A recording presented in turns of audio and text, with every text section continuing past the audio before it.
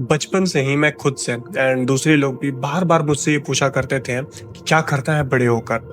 And my answer always used to be like कि जिधर भी ज्यादा पैसे मिलेंगे वही कर लूंगा। एंड मुझे अभी भी याद है, इसके बाद बहुत टाइम पहले पूछा था कि अगर ऐसा है तो क्या गोबर साफ करने के पैसे मिलेंगे तो क्या वो भी करोगे। And I was like why not. सबको लगता है कि पैशन फॉलो करो एंड पैसे खुद ब खुद आ जाएंगे। Never give up on your dreams. Always chase your passion. Always chase your dream. But क्या ये रियलिटी है? क्या सच में आज की डेट में पैशन फॉलो करने वाले लोग पैसे बना रहे हैं? तो क्या हो अगर मैं कहूँ कि मेजॉरिटी ऑफ द पैसे ट्रेंड और ये पैशन वाली चीजों में नहीं है, ये उन छोटी छोटी बोरिंग चीजों में है जिन्हें कोई नहीं करना चाहता, जैसे कि गोबर साफ करना। I feel like any industry where passionate people enter, you should not go. You should not go. Including movie business. Why? Yeah. Nobody who puts money into movies generally makes money. The odds are very low. But there are people who are making money in movies, so. Rarely. Exactly. उन्हीं को देख के लोग घुसते हैं. If your outcome is money, you will statistically do better at the industry where there are least amount of passionate people. The more boring your business, the likelihood of you making money is higher. तो अगर इन्हीं कुछ famous passion driven industries का example लेना तो movie industry, film industry जिसमें कि 90% of the movies पैसे लूज करती हैं, या फिर रेस्टोरेंट्स हो गया जिसका 2025 के डेटा के अकॉर्डिंग एवरेज प्रॉफिट मार्जिन केवल 3 से 5% का है। एंड अब तुम मानो ना मानो बट ये रियलिटी है कि ये सारी इंडस्ट्री जो है ये सिर्फ इसी के लिए पैसा नहीं कमा रही है क्योंकि इसमें जो लोग आते हैं वो पैसे के लिए आते ही नहीं है, वो पैशन फॉलो करने आते हैं।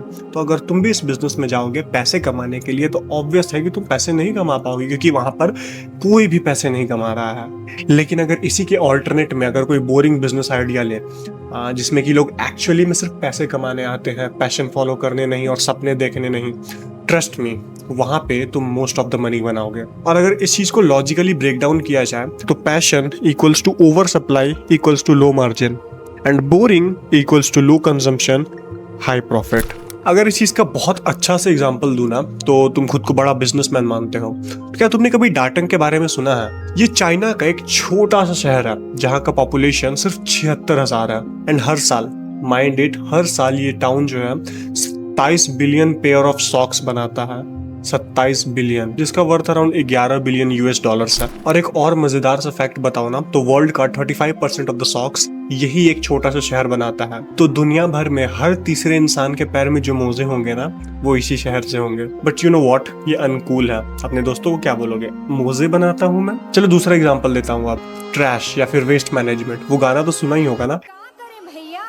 गाड़ी वाला आया घर से कचरा निकाल। एक बंदा था वेन हुइज़ेंगा, माफ करना गलत प्रोनाउंस किया तो, बट उसने एक ट्रक खरीदा अराउंड $5,000 का, इंडियन रुपीज में अराउंड 4,40,000 के आसपास। एंड आज उसी 4,40,000 से स्टार्ट हुई कचड़े की गाड़ी की कीमत जो है, उसने जो वो कंपनी बना करके दी उसे, उसका वैल्यूएशन आज बिलियंस में है। फिर आते हैं पैट्रिक डोइगी, एक हॉकी प्लेयर एंड एक इन्वेस्टर।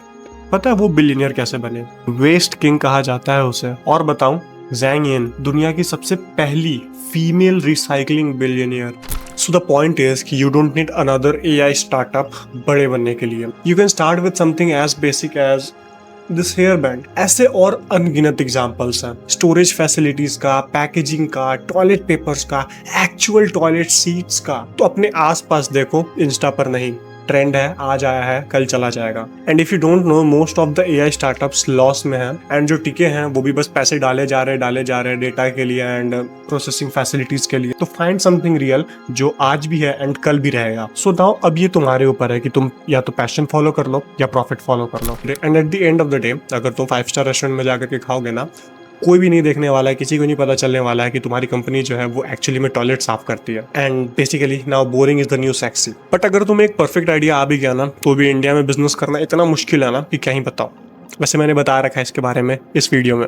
चलो वहीं मिलता हूँ तुमसे, बाय।